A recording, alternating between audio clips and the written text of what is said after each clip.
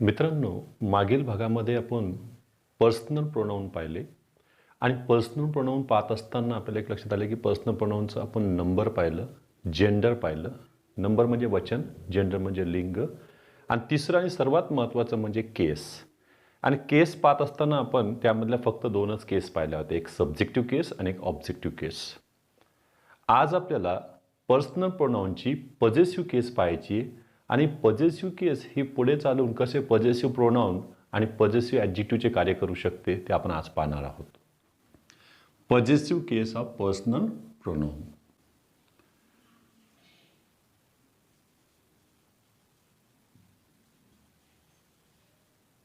पॉझेसिव्ह case ही noun आधी आल्यास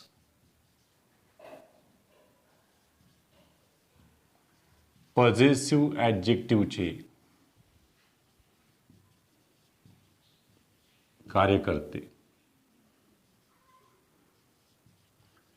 आणि दुसरं महत्त्वाचं, पॉझेसिव्ह केस ही नाउन शिवाय आल्यास पॉझेसिव्ह प्रोनाउनचे कार्य करते. आता सर्वात पहिले आपल्याला पर्सनल प्रोनाउन्स माहीत असले पाहिजे. मग पर्सनल प्रोनाउन्सचे आपण पुढे जाऊन आपण पॉझेसिव्ह त्याची केस पाहूया आणि मग पॉझेसिव्ह ॲडजेक्टिव्ह केव्हा बनते आणि पॉझेसिव्ह प्रोनाउन केव्हा बनते तेही पाहूया. यामध्ये बघा, पर्सनल प्रोनाउनमध्ये सुद्धा आपण दोन भागात त्याचा अभ्यास करू शकतो. एक ते म्हणजे सब्जेक्ट म्हणून कोण कार्य करणार आणि ऑब्जेक्ट म्हणून कोण कार्य करणार. सब्जेक्ट म्हणून यामध्ये आय येईल, तर इथे येते मी.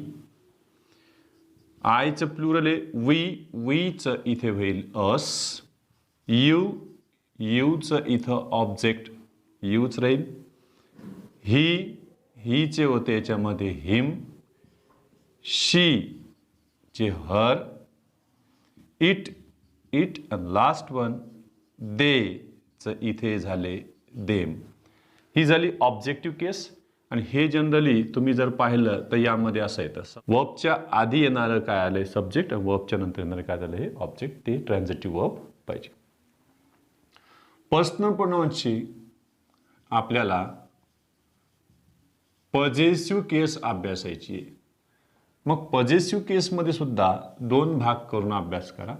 त्यामध्ये पॉझेसिव्ह ॲडजेक्टिव्ह कोणाला म्हणणार, जे नाऊनच्या आधी आले ते, आणि जे नाऊन शिवाय आले ते पॉझेसिव्ह प्रोनाऊन, म्हणजे यांच्याकडे कोण नसणारे, नाऊन नसणारे. आयची पॉझेसिव्ह ॲडजेक्टिव्हची केस होईल. पॉझेसिव्ह ॲडजेक्टिव्हमध्ये माय प्लस नाऊन, याचे पुढे चालून होईल माइन. वीचं झालं इथं आवर प्लस नाऊन आणि इकडे आवरचं होईल आवर्स. यूचं होईल इथे योर प्लस नाऊन आणि इकडे झालं त्याचं योर्स.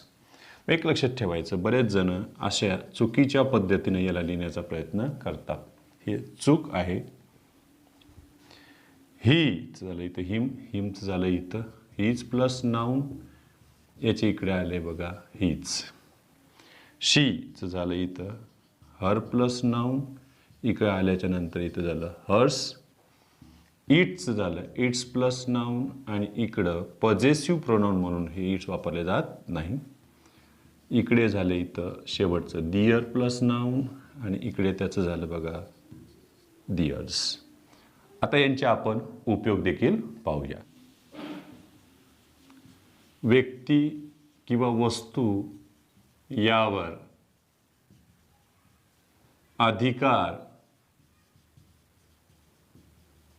दर्शविण्यासाठी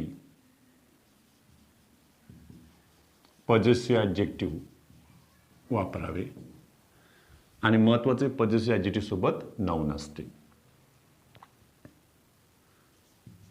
एक्झाम्पल बघा, दिस इज डॅश बुक. मग सांगा इथं माइन बुक घेणार आहात का माय बुक घेणार आहात. दोघातला फरक लक्षात ठेवायचा आहे. धिस इज माइन तर होणार नाही आहे, कारण माइनसोबत नाऊन चालत नाही आहे. आणि इथं कोण आलेलं आहे? नाऊन. म्हणजे इथला भाग हा ॲडजेक्टिव्हचा आहे आणि ॲडजेक्टिव्ह कोणाच्या मध्ये? माय. धिस इज राणीज बुक असं दिलं आणि मी ह्या राणीज खाली अंडरलाईन केलेलं आहे. याच्याऐवजी तुम्हाला पॉझिटिव्ह केस वापरायची आहे. मग त्यामध्ये सांगा इथं हर घेणार आहात का हर्स घेणार आहात, दोनपैकी कोणतं. मग एक लक्षात ठेवायचं आहे की नामाला अपॉस्ट्रॉफी एस लागलेलं आहे, याचा अर्थ ही नामाचे सुद्धा पॉझिटिव्ह केस आहे.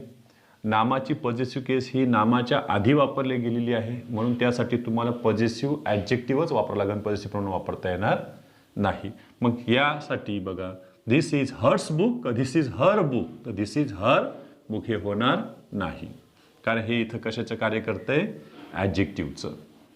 वाक्यात VING किंवा याला आपण जेरंड म्हणतो, वाक्यात VING आधी पॉझिटिव्ह ॲडजेक्टिव्ह वापरावे. उदाहरणार्थ बघा, मी इथं दिलंय I don't like dash disturbing me at work. इथं रिकामी जागा दिली त्यांनी हिज आणि दुसरी दिली इथं रिकामी जागा हिम. बघा, मग आय डोंट लाईक हिम हे जरी बरं वाटलं असलं, पण पुढे बघा बरं काय दिलं? आय डोंट लाईक, मला तो आवडत नाही असं म्हटलं का? तर नाही, त्याचं मला त्रास देणं आवडत नाही. मग इथं काही आय डोंट लाईक, इथं काय पाहिजे? तुमचं ॲडजेक्टिव्हचं रूप पाहिजे होतं. म्हणजे कोण पाहिजे होतं? तर his. I don't like his disturbing me at work. Same तसंच आणखीन एक उदाहरण बघा,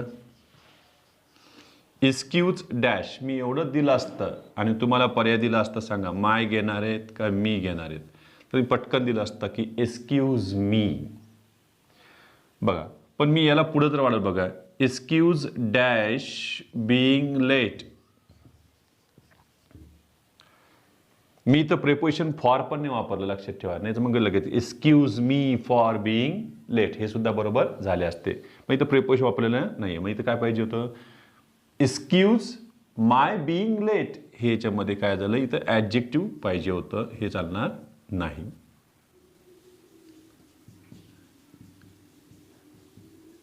क्रियापदानंतर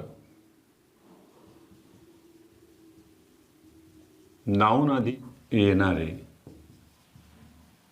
पॉझिटिव्ह ॲडजेक्टिव्ह हे कर्त्याच्या जेंडर, नंबर किंवा पर्सननुसार बदलते. एक्झाम्पलमध्ये समजा मी दिलं बघा, आय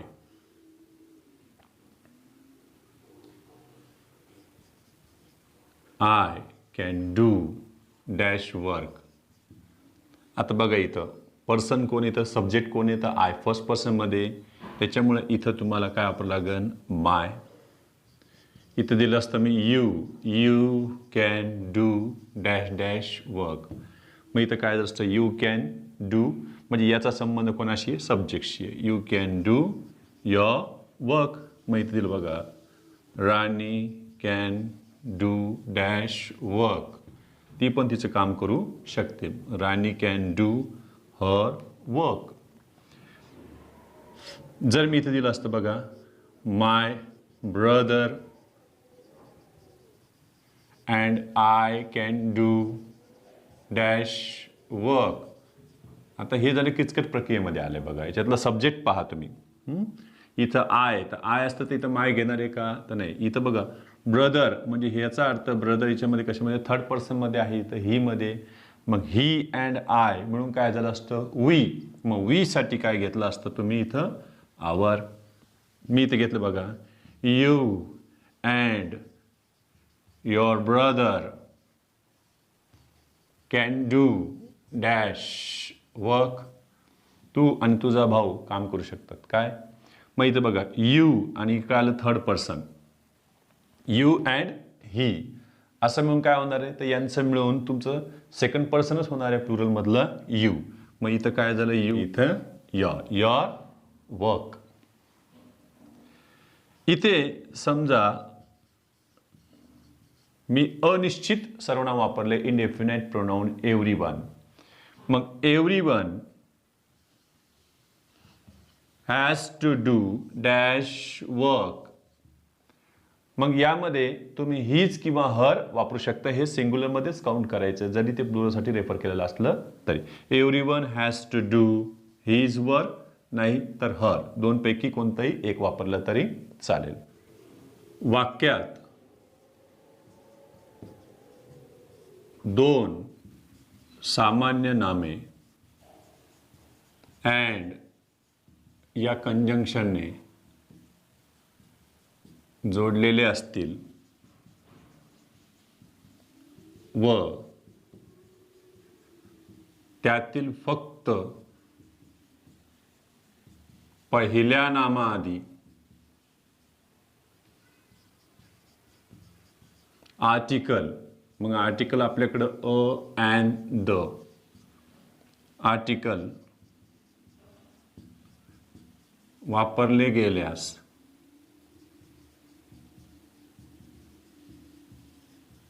त्या कर्त्यातून एकाच व्यक्तीचा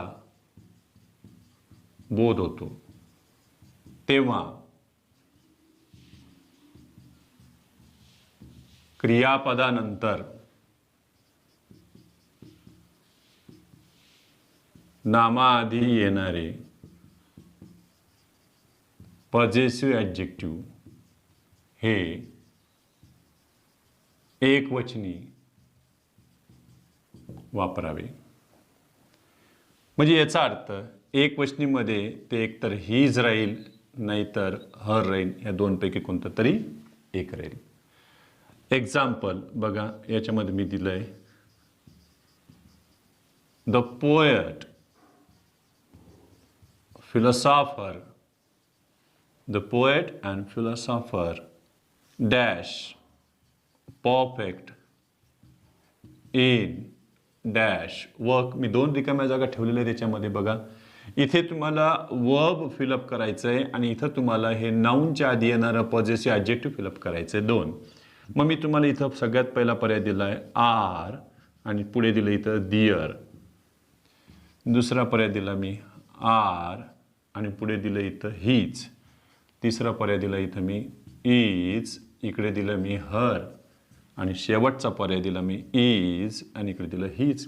बघा, मग यामध्ये द पोएट अँड फिलॉसॉफर काहींना असं वाचल्या असं वाटतं की याच्यातलं हे दोन व्यक्ती आहेत आणि दोन व्यक्ती आहेत तर काय येईन करता अनेक क्वेश्चन राहील आणि ते पटकन कशाकडे जाण्याचा विचार करतात, देकडं आणि दे सोबत लगेच काय वापरता इथं आर, लगेच हे हार. तर तसं नाही, इथं बघा बरं, दोन्ही मिळून व्यक्ती एकच आहे. इथं the poet and philosopher, these two nouns refer the single person. मग याच्यामध्ये आर आर हे तर होणारच नाही आहे, त्याच्यामुळे पहिले दोन पर्याय चुकले. आता राहिले हे दोन पर्याय इज इज. चला, मग आता याच्यामध्ये हा सिंगल पर्सन असेल तर मग आता याच्या जेंडरकडे वळा, कारण नंबर क्लिअर झाला आहे. आता काय करावं, तुम्हाला जेंडर ओळखावं लागेल, कारण पर्सन तर थर्ड पर्सनमध्येचे प्रश्नच नाही याच्यामध्ये. मग यासाठी जेंडर कोणतं आहे, मग फिलॉसॉफरचं जेंडर तुम्हाला ओळखता येत नाही कारण ते कॉमन जेंडरमध्ये आहे. पण इथं आल्याच्यानंतर कळतं अरे पोएट अँड पोएटेस फरक आहे की नाही. पोएट हे मस्क्युलाईन आहे तर पोएटेस हे फेमिनाईन जेंडर आहे. मग पोएट हे मस्क्युलाईन आहे, मग यासाठी तुम्हाला काय पाहिजे की मस्क्युलाईन जेंडरमध्ये हे आहे का, तर नाही आहे. मग उत्तर कोणतं झालं याच्यामध्ये, इज हीज. विचार करा की दोन्ही नामाला स्वतंत्रपणे जर आर्टिकल आले असते तर व्यक्ती दोन झाले असते. म्हणजेच आपण पुढचं एक्झाम्पल पाहिलं, समजा मी असं केलं असतं the poet and the philosopher dash perfect in work. काय केलं असतं इथं, the poet and the philosopher व्यक्ती दोन आहे, तुम्ही इथं काय घेतले असते आर आणि इथं त्यांच्यासाठी काय घेतले असते इथं दिअर. लक्षात ठेवायचे. पण या असे उदाहरण आले तर असं तर कोणाचंही बरोबर येईल, पण असे उदाहरणाला कळलं पाहिजे की आम्हाला व्यक्ती एकच आहे. जसं the PM and party leader व्यक्ती एकच. The PM and the party leader व्यक्ती किती झाले 2. ते आपल्याला कळायला पाहिजे, तेव्हाच आम्हाला पुढचं पॉझिटिव्ह ॲडजेक्टिव्ह वापरता येईल. वाक्यात 2 कर्ते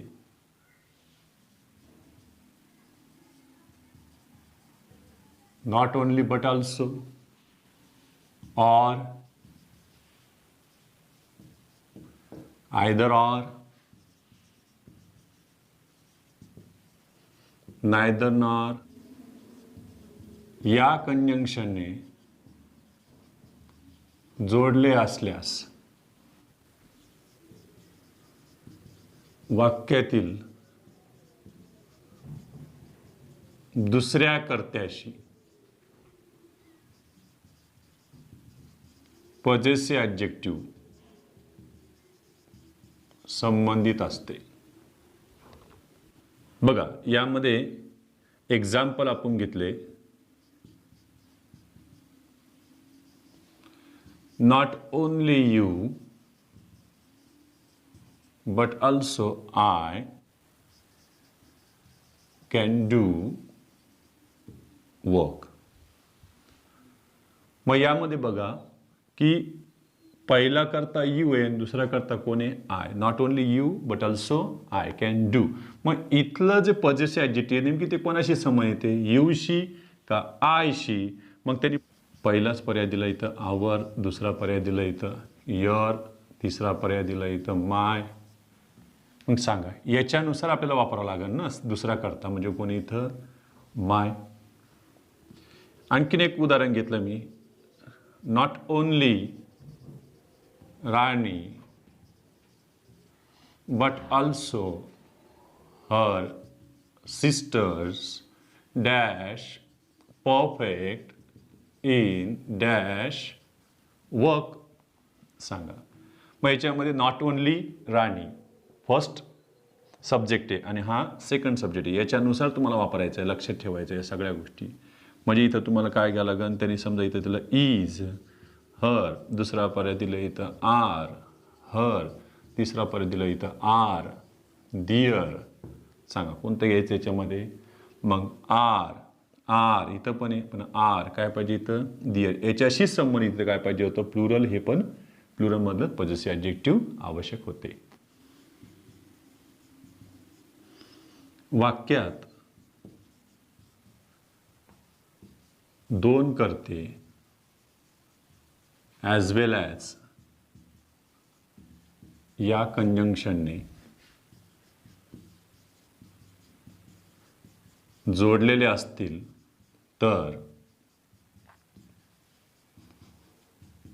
पहिल्या कर्त्यानुसार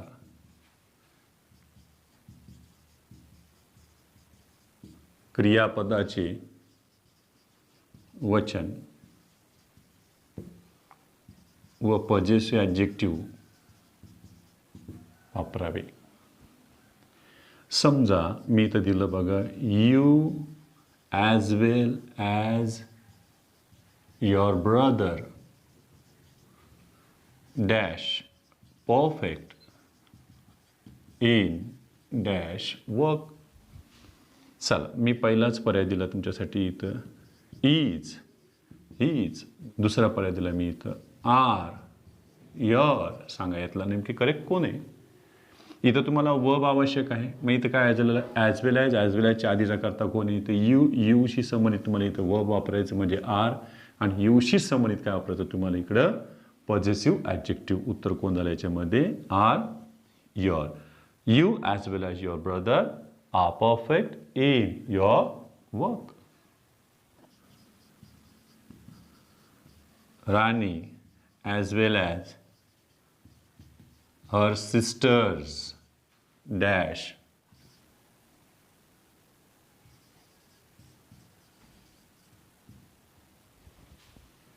Rani as well as her sisters dash to do dash work. मी पहिलाच पर्याय दिला याच्यामध्ये हॅव आणि इकडे दिलं मी डिअर. दुसरा पर्याय दिला मी इथं हॅज आणि इकडे दिला मी हर. सांगा करेक्ट कोण याच्यामध्ये. मग ॲज वेल ॲज असलं की बघा पहिला सब्जेक्ट कोण आहे इथं राणी, मग राणीनुसार काय घ्या तुम्ही इथं व म्हणजे काय हॅव का has, Rani third person singular, इथं काय पाहिजे आपल्याला हॅज. आणि पॉझिटिव्ह ॲडजेक्टिव्ह काय झालं याच्यामध्ये हर. पॉझिटिव्ह प्रोनाऊन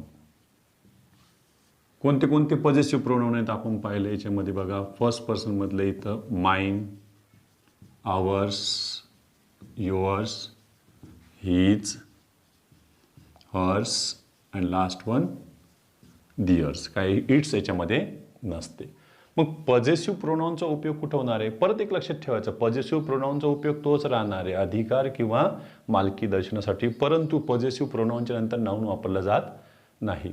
म्हणजे नामाच्या शिवाय याचं रूप वापरावं लागेल. पॉझिटिव्ह ॲडजेक्टिव्ह हे नामाच्या आधी वापरले जाते. हा दोघातला फरक आहे बेसिक लक्षात ठेवायचं. एक्झाम्पलमध्ये बघा, धिस इज राणीज बुक. आणि मी दुसरं एक्झाम्पल दिलं बघा, धिस बुक इज राणीज. यामध्ये बघा राणीज, इथे राणीज आहे, मी इथं पर्याय दिला तुम्हाला हर आणि दुसरा पर्याय दिला मी हर्स. इथं मी पर्याय दिला हर आणि दुसरा पर्याय दिला मी हर्स. बघा पर्यायामध्ये इथे मात्र काय नाऊने नाऊनच्या आधी येणारा हा कोण याच्यातला ॲडजेक्टिव्ह आहे आणि वर्बच्या नंतर जरी आला हा सब्जेक्टिव्ह केसमध्येच आहे. इथे बघा नाऊनच्या आधी आलेलं हे ॲडजेक्टिव्ह आहे. इथे बघा याच्यासोबत नाऊन आहे का, तर नाही आहे. म्हणजे हे कोणाचं काम करतं इथं, प्रोनाऊनचं. हे झालं पॉझिटिव्ह प्रोनाऊन. मग इथं नाऊनच्या आधी बघा असं, this is hers book, this is her book, this is her book आणि धिस बुक इज हर्स. हे झालं याचं उत्तर. दोन कर्त्यात एकाच गुणावरून तुलना करताना, आता डिग्रीचा भाग आहे, तुलना करताना पहिल्या कर्त्यात नामाआधी पॉझिटिव्ह ॲडजेक्टिव्ह आल्यास ॲज किंवा दॅन नंतरच्या कर्त्यात नामाशिवाय येणारे पॉझिटिव्ह प्रोनाऊन वापरावे. म्हणजे एक लक्षात ठेवायचे, पहिल्या कर्त्यात जे मुख्य नाम असते त्या नामाची आवृत्ती इथं टाळली जाते. एक्झाम्पल बघा, मी इथे दिलंय, माय सन इज लेझियर दॅन. सांगा रिकाम्या जागेत काय भरायचं इथं. मी पहिला पर्याय दिला तुम्हाला इथं युअर सन, दुसरा पर्याय दिला मी इथं युअर्स, तिसरा पर्याय दिला मी इथं युअर्स.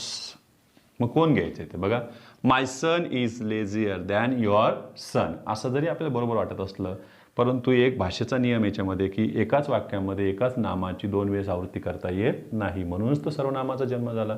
म्हणजे हीच केस टिकून ठेवायची असेल तर इकडे ही तीच केस पाहिजे, म्हणजे पॉझिटिव्ह केस पाहिजे प्रोनाऊनची. मग इथं काय झालं, नामाच्या आधी आल्यामुळं पॉझिटिव्ह केस कोणती वापरली आपण, ती ॲडजेक्टिव्ह. आणि इकडं काय वापरलं आपण, पॉझिटिव्ह केस हे प्रोनाऊन म्हणून वापरलेलं आहे. मग इथं युअर्स सन घेता येणार, युअर्स. मग हे युअर्स घ्यायचं का हे युअर्स घ्यायचं, ग्रॅमॅटिकली कोणतं करेक्ट आहे, तर ग्रॅमॅटिकली हे करेक्ट आहे, हे रॉंग आहे.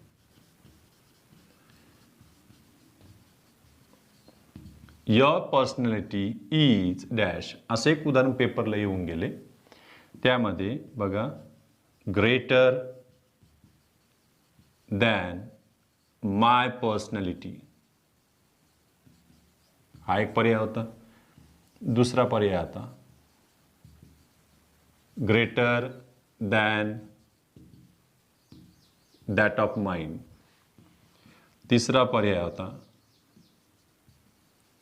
Greater than mind. यातलं करेक्ट कोण आहे आता सांगायच्यामध्ये. मग your personality is greater than my personality म्हटलं, त्याच्यामध्ये पर्सनॅलिटी या नाऊनचं काय झालं, रेपिटेशन झालेलं आहे, हे चालणार नाही. चला इकडे, your personality is greater than that of, याच्यामध्ये ही पॉझिटिव्ह केस तुम्हाला वापरता येणार नाही. ही ऑब्जेक्टिव्ह केस यांच्या आधी वापरले जात नाही. मग इथं काय घालावं तुम्हाला, greater than mine. Mine means my personality. उत्तर कोण झालं याच्यामध्ये, 3 क्रमांकाचं. आणखीन एक एक्झाम्पल बघा, डॅट डॅश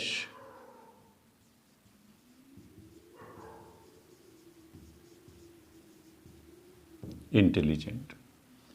मी याच्यामध्ये पहिला दिलं बघा, माय सन, युअर सन. दुसरं दिलं मी माइन, युअर्स, माइन,